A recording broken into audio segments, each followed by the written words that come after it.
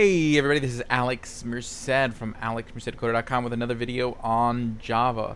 So here I'm going to be talking about functions, because functions definitely work differently in Java, because everything is an object, everything is a method. Okay, so in this case, you can't write standalone functions in the same way that you may be used to them. I could add them as a method of the base class, like in this case, Scratch. Or you could just make other classes, and that's what I did. So remember in the previous video, I was trying to figure out a way to kind of shorten system.out.println, because that's just a lot to type. So after trying out different things, what I ended up doing is just creating a class called print, and then giving it a method called line, in which we pass in a string. Okay, and then that just basically passes it into that system.out.println function. So now all I have to do is type in print.line or .ln. Okay, which is significantly less typing. Okay, I could have just done that in Scratch, but then I have to do like scratch.print or whatnot. So that's why I created another class. So what I'm gonna do is I'm gonna write some functions, and as far as writing functions, what I'm gonna do is I'm gonna create a class called fun, and I'm gonna store all my functions, all my one-off functions in there. Okay, so that way I can use them. So, and again, you can do this if you find it's appropriate. I'm sure there might be some conventions in Java, but I think this is not a bad way of doing it, because I've done a little bit of functional programming, so I am fairly used to just sort of writing one-off functions. So having sort of a container for me to put those, not a bad deal. Now I want them to be used outside of the class, so I want it to be public. Okay, public means I can use it inside Scratch or inside print. Otherwise, if I made it private, I couldn't. I don't want to have to create an instance of fun, like I have to create. So in that case, I want to make it static. I want to be able to just do this, just go fun dot the name of the function. So I'm going to make this method static. And then the next is whatever you want it to return. Let's try something other than void. Void means it returns nothing. Actually, let's start with void first, and we'll create something that doesn't return void. Okay, and then we'll create something easy. We'll just create a function that adds. Or we'll call it print add, because it's going to take two numbers, add them together, and print them out. Then in parentheses, we can pass in what's called a parameter.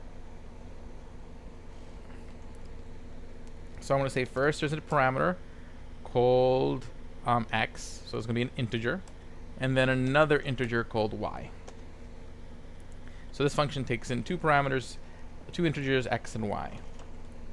And what this does is going to print, and I'm going to use my print line because that's why I made it.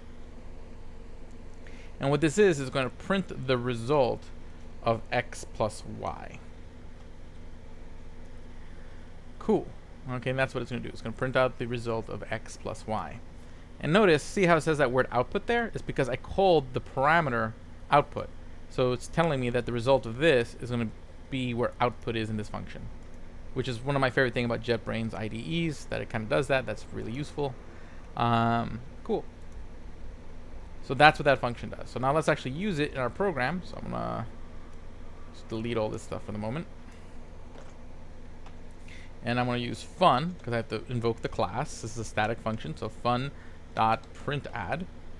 And we'll just say add 2 and 3, which should equal 5. See, it immediately recognizes that 2 is going to be x, y is going to be 3. So 2 is this, 3 is that. So 2 plus 3 equals 5. And let's try it out. Make sure, I'm missing a semicolon right here, so let's fix that. Let's run the file scratch.java. I don't really need these parameters anymore, or these arguments. Let's see here, incompatible types. Int cannot be converted to a string. Boo. Let me think about that. How the typecast. Java typecast to string. Okay. Convert using integer to string. Okie dokie, let's try that. So there's an integer class, so I'm going to use it. Integer dot to string. And that's the thing about being a programmer. You spend a lot of time researching things. You don't memorize everything. So if you're like a new programmer, don't worry, you're never gonna like remember all this stuff. It's just, you learn more and more. You start realizing, okay, what are the thing you're trying to do, so you can look it up faster. But you still have to look it up quite often. It's just part of life. Okay, so the idea is that this should turn the result of that to a string, which then passes it to print line. Let's see if it does that. And it works. Good. So we get 5.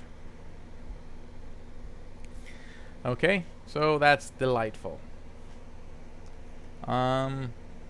Neat.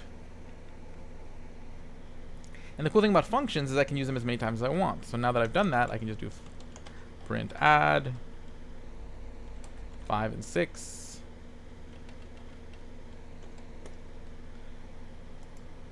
In this case, it's 6 and 6, so that should be 12. So I should have 5 and 12. Nope, semicolons. 5 and 12. Okay, so that's what I'm going to do. I'm just going to keep having this fun class to add just sort of random functions to. Okay, and then that just seems like a nice sort of way to handle that. Okay, cool. Now, let's see here. What if I wanted the function to actually return something? What if I wanted to return the numbers? So let's do public static integer. So it's going to return an integer. Okay, and we're going to call it add. Same deal, int x, int y. And then I have to give it a return value. Since it's not void, it has to have a return. And when a function returns something, the function's end. So I can't put code after the return value. But this function is going to be really simple. It's just returning the sum. So I just want it to return the result of x plus y. And that's it. That's the whole function. Okay, I give it 2 numbers. It gives me back the result. And again, which is an integer, so it satisfies the return value. So I go... Now what I would do is I do print dot line, and then what I want to print is the result of fun dot add 6 and 6. Now this might give me an error because it's returning an integer, which we'll cross that bridge in a second. Yep. Well, we need the semicolon. That's what it's complaining about right now. Let's try that again. Yep. Cannot be converted to a string, so then I have to once again do integer dot toString and then wrap this in a parenthesis. So just so you read how this works, whenever you see like a bunch of functions inside functions, start from the innermost parenthesis. So essentially what's happening is at first this add function runs and gets 6 plus 6. So now the integer of 12 is here. Then this toString function takes the integer of 12 and turns it to the string of 12. And then the print line function will then print that 12 to the screen. So always start from the inside, work your way out. Okay? Inside, out. Inside, out. So now let's run that. Oh, let's see what it's complaining about now. Cannot find symbol.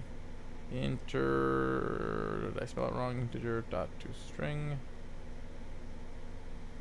Oh, I put an extra R in there. Integer. There we go. Okay. And it works. Okay, so that's how you write functions. That's how you can play around with functions. All functions are code that you can then just call back and run as many times as you want without having to retype the whole thing again. So what I did here, since everything has to be a method of a class, in JavaScript I just created a fun class for function, and I'm storing all my one-off functions in there. So if I have a function that's not related to any particular sort of object or class, I'm just going to store those functions in there. Okay, and then again, fun is just doesn't take up that much letters, so it makes it not too hard to type out. So hopefully this gave you an idea of how functions work in Java, not JavaScript, Java, 2 different languages. Yeah, and again, yeah. So key things to remember here You got to make sure you put in what it returns. So void if it's returning nothing. The type for anything else. You got to type the variables. So any parameters are going in. You got to include the type. And yeah, that's essentially the deal. You put in your code, invoke the function, and you're good to go. Now keep in mind, if I were to change this to private, suddenly this would throw me an error. Because private means it cannot be used outside of the class. So in that case, when I try to use it in here in Scratch, which is outside of the fun class, it's going to be like, oh no, I don't see this function. So watch, I'll just show you. See, it has private access. So just so you know what private is. So private would just mean I'm only going to use this function inside the fun class. There's also protected,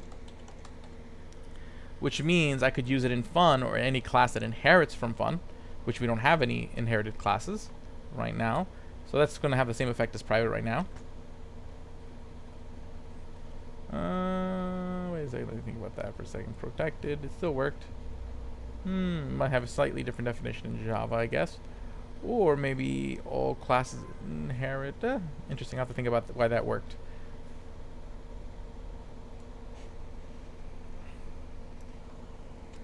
And then public means you can use it anywhere.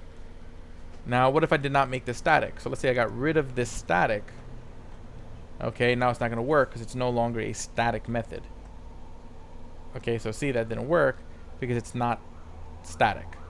So in order for me to use it, I'd have to do this. I'd have to be like, we'll say a var f, sorry for the sirens, var f equals a new fun. Okay, a new fun. And then I could change this to f.add. Because I had to create an instance of the fun class in order to use its non-static functions. I actually have to create a thing. Okay? Static means I don't have to create the thing. It just automatically is usable from the name of the class. So that's sort of the difference there. So we'll have to get this to work. Although I think I need a semicolon right over here. And then see, now it works again. Because I created a new instance of the fun class. Stored it in this variable called f. And then I use the function on that instance. But again, there's no need for me to have a separate add function for a bunch of different, because I'm not going to create a bunch of different funs. So that's why I make it static. So that way I can just use it universally. So just so you understand what some of these keywords mean. So I'm going to change this back to fun. And get rid of that. Boop. Okay, and I'll see you guys in the next video. Ciao.